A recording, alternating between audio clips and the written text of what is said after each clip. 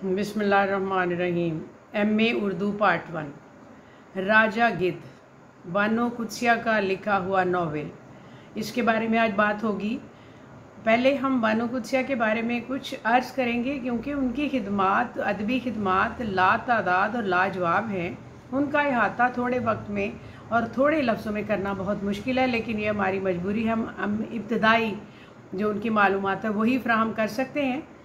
बानो कुद्सिया 1928 को फ़िरोज़पुर बरतानवी हिंदुस्तान में ज़मींदार घराने में पैदा हुई। उनके वालिद का इंतकाल उनके बचपन ही में हो गया। तकसीम हिंद के बाद वो अपने ख़ानदान के साथ लाहौर आ गई। लाहौर आने से पहले मशरक़ी पंजाब के सूबा हिमाचल प्रदेश में धर्मशाला में वो ज़ेर तालीम थी। उनकी वालदा भी तालीम याफ्ता खातून थी। कॉलेज में पाकिस्तान आकर दाखिला लिया तो मैगज़ीन की एडिटर मुकर्रर हुई और उसमें वो मज़ामीन भी लिखने लगी, दूसरे रसायल में भी लिखती रहीं। गवर्नमेंट कॉलेज लाहौर से MA उर्दू में किया। बानो कुद्सिया ने रेडियो और टेलीविज़न के लिए भी बहुत से ड्रामे लिखे। उनका सबसे मशहूर नावल राजा गिद्ध और एक ड्रामा आदि बात को क्लासिक दर्जा हासिल है। सितारा इम्तियाज़ उन्हें 1983 में मिला। अमर बेल आसे पासे, एक दिन, आतिशे ज़ेर पा, बाज़गश्त, छोटा शहर, बड़े लोग, दूसरा दरवाज़ा, दस्त बस्ता, हासिल घाट, लगन अपनी अपनी, पिया नाम का दिया, पुरवा, राजा गिद्ध और भी बेशुमार। 1981 में शाया होने वाला राजा गिद्ध बानो कुद्सिया की हकीकी शनाख्त बना। दरअसल ये इस्लामी रवायात के ऐन मुताबिक है। नावल के बुनियादी किरदार यूनिवर्सिटी की क्लास में एक दूसरे से आशना होते हैं, इसीलिए कशिश का बायस बनते हैं। और बानो कुद्सिया ने के जज्बात और इक़्तिदार के बहरान को अपने नावल का मौजू बनाया है। इस्लामी अखलाकियात से अदम वाबस्तगी को इस इंतशार का सबब और मराजियत का तरीका निजात बनाया है। ये कहानी एक गवर्नमेंट कॉलेज लाहौर में पढ़ने वाले एक देहाती लड़के की है जिसका नाम कयूम है। सोशियोलॉजी का MA कर रहा है, लेकिन फ़लसफ़े में वो अफलातून का भी बाप है। इंसानी नफ्सियात, उसके पेचीदा मसाइल, उलझने और तज्जिया इस नावल का थीम है। लेकिन इन सब को बयान करने के लिए अजीब किरदारों का इंतखाब किया गया है। कयूम के साथ 5 लड़कियां क्लास में पढ़ती हैं और 5 ही लड़के। क्लास का पहला ही दिन भूचाल ले आया जब सीमी ने अपना तारुफ कराया और आफ्ताब सीमी के साथ, सीमी आफ्ताब के साथ, दोनों एक क्लास के स्टूडेंट थे। उनके दरमियान इश्क हो गया। कयूम क्लास के लेक्चरार सर सुहेल को भी सीमी से अजीबोगरीब किस्म का इश्क हो गया। सीमी इसके इश्क में मुब्तला हो गए।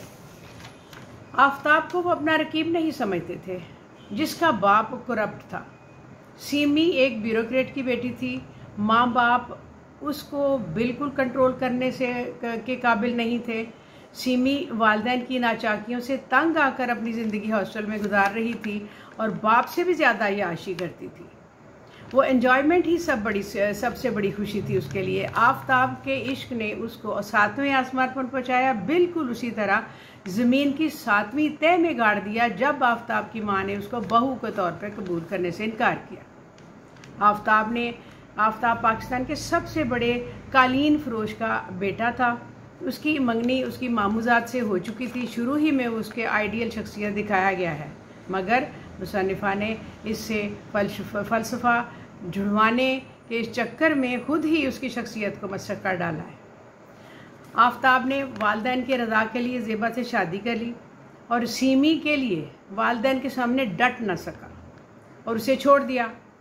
कॉलेज इम्तहानात से पहले आफ्ताब की शादी हो जाती है और वो लंदन चला गया। सीमी को सख्त जज्बाती झटका पहुंचा। इस तरह के जो वक्ती इश्क होते हैं उनका यही नतीजा होता है। चुनाचे कयूम उसको एक जज्बाती सहारा देने के लिए मौजूद है, जो जनाब आके काफूर के दरख्त के नीचे उसे सहारा देता है, उसके साथ लगावट की बातें करता है। अक्सर ही वो हदूद पार कर जाती और उन्हें शर्मसारी भी नहीं होती। सीमी खुलकर इश्कबाजी शुरू कर देती है और जब कोई नहीं मिलता तो कयूम मौजूद होता है। सीमी का अंजाम खुदकुशी है, जो वो ख्वाब और गोलियां निकल कर लेती है। कयूम का दिमागी तवाज़ुन यहीं बिगड़ना शुरू हो जाता है। वो नशा करता है, नफसियाती उलझनों का शिकार रहता है उस वक्त तक जब तक उसका वास्ता एक घरेलू खातून आबदा से नहीं होता। और अब उसके साथ भी ताल्लुकात कायम हो जाते हैं। और आबदा शादीशुदा औरत है, उसने उससे जल्दी ही छुटकारा हासिल कर लिया, यानी ताइब हो गई। अब प्रोफेसर सुहेल ने कयूम से मुलाकात की और प्रोफेसर उसे हराम और हलाल के बारे में समझाता है, लेकिन उसे कोई असर नहीं होता। कयूम खुद को गिद्ध मानता है जो हराम खाने का आदी है और वो इस पर राज़ी है। उसको रोकने वाला कोई नहीं। उसका भाई भी दिन रात नौकरी करता है और उनका बाप गांव में मरने के करीब है और उन्हें कोई इस बात की परवाह नहीं, कोई उसे देखने के लिए नहीं जाता। इतने फलसफे झाड़ने वाले किरदार कहीं कहीं वालिदैन के लिए बाइस रहमत नहीं होते।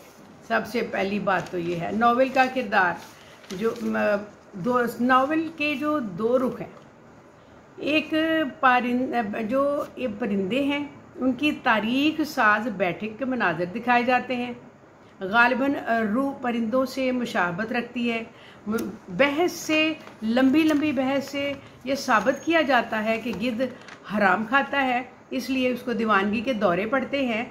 और ये इसको सर सुहेल की थ्योरी जो है हराम और हलाल की, उसके मुतालिक इससे ताल्लुक़ के लिए तख्लीक किया गया है। इस कैरेक्टर को, इस मीटिंग को उसके साथ मिलाया गया है। माबादु तबियात का भी जिक्र मिलता है, मगर कयूम मुस्तकिल मिजाज नहीं, वरना रूहों की दुनिया का तफसीली जायज़ा उसे मिल जाता। लेकिन आफ्ताब के यहाँ, अब देखें, एक तरफ ये कि आफ्ताब के यहाँ जो बच्चा पैदा होता है उसकी शक्ल सेमी से मिलती है, लेकिन वो जस्मानी साख्त में नॉर्मल है। भटका हुआ 4 औरतों से ताल्लुकात रखने वाला कयूम बिला आखिर यहाँ पहुँच गए। बहुत लंबी कहानी है, इसको आप खुद पढ़ेंगे तो आपको अंदाज़ा होगा कि अपनी आखिरी नेकी के तवस्सुत से उरफान दर्जा वलीयत की पहली सीढ़ी के फर्श को चूम लेता है। इस नावल में इंसानी किरदारों के साथ साथ बहुत बामानी किरदार परिंदों के हैं, जिनके ख्यालात का इजहार करने के लिए खुद मुसन्निफा ने उन परिंदों के किरदारों को, अपने आप को उसमें ढाला, उसमें खुद को पेश करती हैं।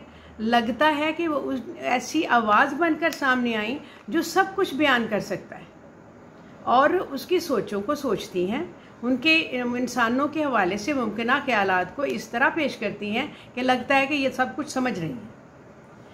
इस नावल का जो मरकज़ी ख्याल या सवाल बानो ने कारीन के सामने रखा है, वो सिरश से जुड़ा हुआ है और इस बहस से ये साबित करने की कोशिश की है कि इंसान किसी हद तक अच्छा या बुरा करने में मुख्तार है, जैसा कि बदनी या रूहानी हराम का पेश किया गया है। मुसन्निफा ने खुलकर बहस करने की बजाय परिंदों का सहारा लिया है और जो गिद्ध के दीवानेपन को इसके मुर्दार खाने का नतीजा समझते हैं, इस जंगल से उसे निकाल देने के लिए मीटिंगें होती हैं, क्योंकि जो गिद्ध है मुर्दार खाता है और इसके अमल से दर हकीकत ये वजह ये है कि मेहनत से जी चुराता है और इसके नतीजे में रिज़्क़ हलाल की बजाय ये हराम खाना शुरू कर देता है, इंसानों की तरह।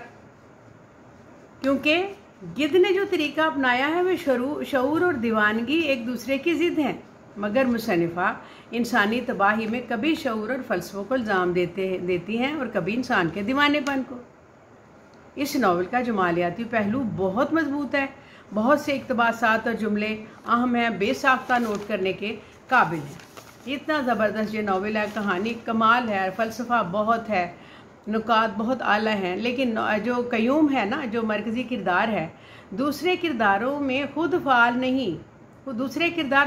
नहीं, बल्कि कयूम ही दूसरे किरदारों की कैफियत और एहसासात की तर्जुमानी करता है। हर जगह यही दिखाई देता है और उनके किरदारों की अपनी सोच से जो उसके मुसल्लत करके उनकी फ़ालियत को नामुमकिन बना रहा है। इन किरदारों से बहस करने की बजाय परिंदों की दुनिया का सहारा लिया है, जो गिद्ध के दीवानेपन को हराम खाने का नतीजा समझते हैं, इंसानों से मुमासलत करार दिया है। वो बहस करते हैं कि गिद्ध का दीवानापन मुर्दान खाने की शऊरी कोशिश है और मेहनत से जी चुराने का नतीजा है और रिज़्क़ के हसूल का आसान ज़रिया है। इंसानों की तरह गिद्ध ने भी अपनाया है और ये भी कि इंसानों की तरह उसने अपनी जो जंगल की दुनिया है उसको तबाही का बायस बनने के लिए छोड़ दिया है। राजा गिद्ध दावा करता है, जो उनका राजा है, गिद्धों का राजा है। ये आप पढ़ेंगे तो आपको पता चलेगा कि इसके 2 हिस्से हैं नावल के। तो इसमें कैसे एक जब जानवरों की मीटिंग होती है परिंदों की, तो उसमें किस तरह से ये अपना मुकदमा पेश करती है, ये सब मुसन्निफ़ा का ही कमाल है। और ऐसे मौत का शऊर जब राजा गिद्ध दावा करता है कि कैसे उसे मौत का शऊर हुआ, मौत के शऊर ने उसमें ऐसा खौफ पैदा किया जिसके नतीजे में ऊंची उड़ान भरकर रिज़्क तलाश करने की बजाय शऊर को इस्तेमाल करते हुए नाजायज़ ज़राए तलाश करने लगा। नॉवेल में अक्ल को इंसानी ज़िंदगी और कायनात की तबाही की वजह बताया गया है और रूहानियत या माबादुत तबियाती फ़लसफ़ों की हिमायत की गई है। शऊर और दीवानगी एक दूसरे की ज़िद है, मगर मुसन्निफ़ा इंसानी तबाही में कभी शऊरी फ़लसफ़ों को मोर्द इल्ज़ाम ठहराती हैं तो कभी इंसान के दीवानेपन को, जो रिज़्क़ के हराम का नतीजा है। ये एक बहस है जो नावल में वक्तन फ़वक्तन इंसानों और परिंदों की महफिल में छिड़ती हुई नज़र आती है। राजा गिद्ध का जो 10-15 मिनट में इसका अहाता करना तो बहुत मुश्किल काम है, लेकिन जब आप खुद पढ़ेंगे तो आपको पता चलेगा कि इसमें दो कहानियाँ इकट्ठी चल रही हैं।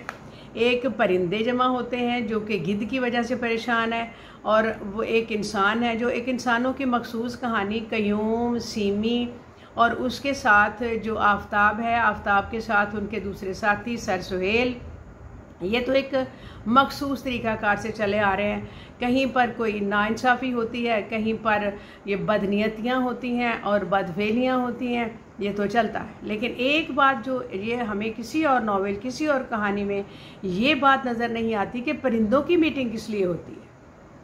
परिंदे खुद तो कुछ सोचते नहीं, उन्हें बेचारों को क्या पता। ये मुसन्निफ़ा का ही कमाल है, उन्होंने खुद परिंदों को एक मीटिंग में इसलिए कि गिद्ध के दिमाग को, उसकी हरामखोरी को इंसानों के साथ जोड़ा है।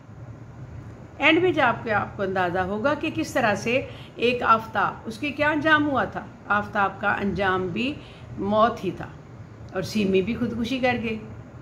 क्या रहा उसमें? कुछ भी नहीं, कुछ भी हासिल ना हुआ। दीवानगियाँ कुछ भी इंसान को नहीं देती। अकल और शऊर ही से ज़िंदगी गुजारो तो इंसान को सही बात मिलती है। और इस नॉवेल में बहुत फ़लसफ़ा है, बहुत ऐसी ज़बरदस्त किस्म की बातें हैं, फ़लसफ़ियाना बातें हैं जिनको कि नोट किया जाने के काबिल है। बातें हैं, कहानियाँ हैं, मुख्तलिफ़ नुकात हैं जिनको हम देख सकते हैं। और ये समझ लें कि जब आप खुद पढ़ें तो आपको इसमें मुख्तलिफ़ किस्म के इजाफ़े मिलेंगे। और ये बात कि परिंदों की जो महफिल है ये कहीं और नहीं मिलेगी, इसमें आप अलग भी पढ़ सकते हैं। ये तो वो कहानी मैं ज़ाती तौर पर बताती हूँ कि मुझे खुद, मैंने जो असल कहानी थी उसको तो मैंने समझ लिया कि क्या से क्या होगा।